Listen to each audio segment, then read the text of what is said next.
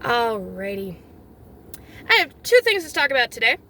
The other thing will be in the next video, but the thing I want to talk about today is how sick to death and tired I am of comments on all social media platforms of how quarantine, the stay-at-home laws, the whole freaking 9 yards, how that is the worst thing that has ever happened to certain people. Quarantine is the worst thing to ever happen to you. What? You miss bar hopping and posting my life is better than it is pictures on social media? You miss that? You miss hanging out with your friends and being able to go hang out with them at a bar just to be on your phones the whole freaking time? And here's another thing. All it tells me when you say quarantine and the mandatory mask regulations are the worst thing that's ever happened to you, you want to know what that tells me? You need to be down on your knees thanking God for his blessings, because you have been blessed if that is the worst thing that's ever happened to you.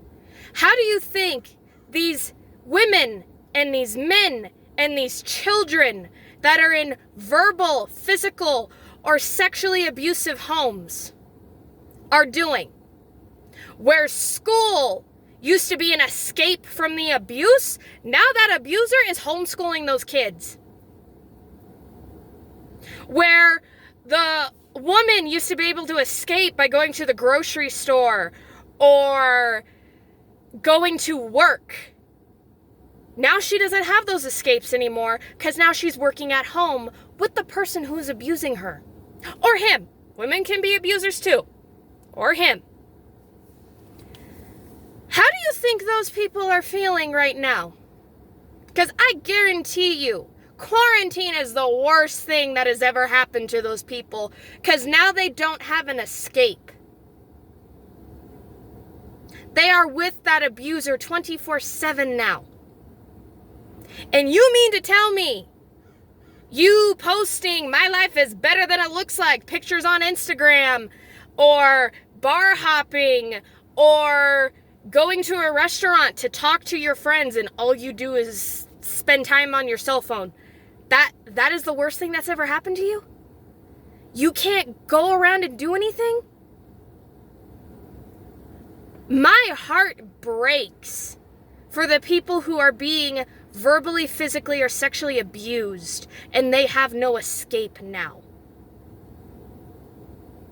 My heart breaks for those people, and those are where my prayers are going out to.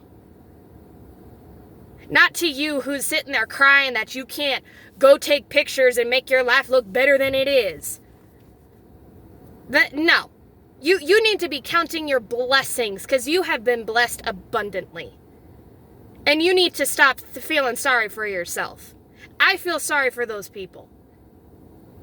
How horrifying is it to be in a toxic home and not have an escape now? Where school or work or just going out to play with your friends for a little while, you can't do any of that now.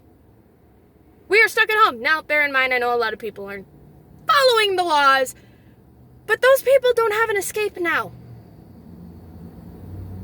No.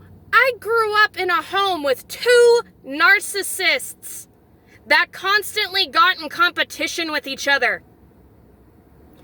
I couldn't imagine being stuck with them 24/7. I couldn't imagine being surrounded and being raised in a toxic home and not have a release and escape from that. Or being with the person, the family member, the friend, the whatever the heck, who is sexually abusing you. And now you get no escape. You get no release for a few hours. You are constantly being manipulated and abused by this person. And you mean to tell me you sitting at home with your healthy relationship or your single life or whatever the hell? I used to be single for 3 years. It's not fun. I get it. But you mean to tell me that's that bad? That quarantine is the worst thing that's ever happened to you. You need to get smacked upside the head with a 2x4. Shut up. You are blessed. Count your blessings. Stinking.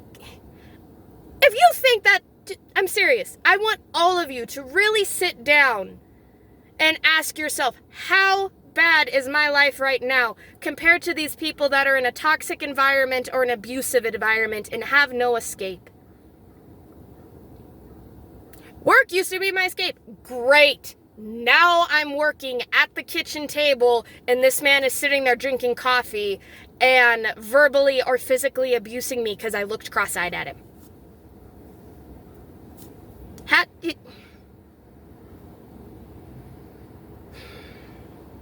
Anyway, count your blessings. That's a food for thought. I love y'all and God bless.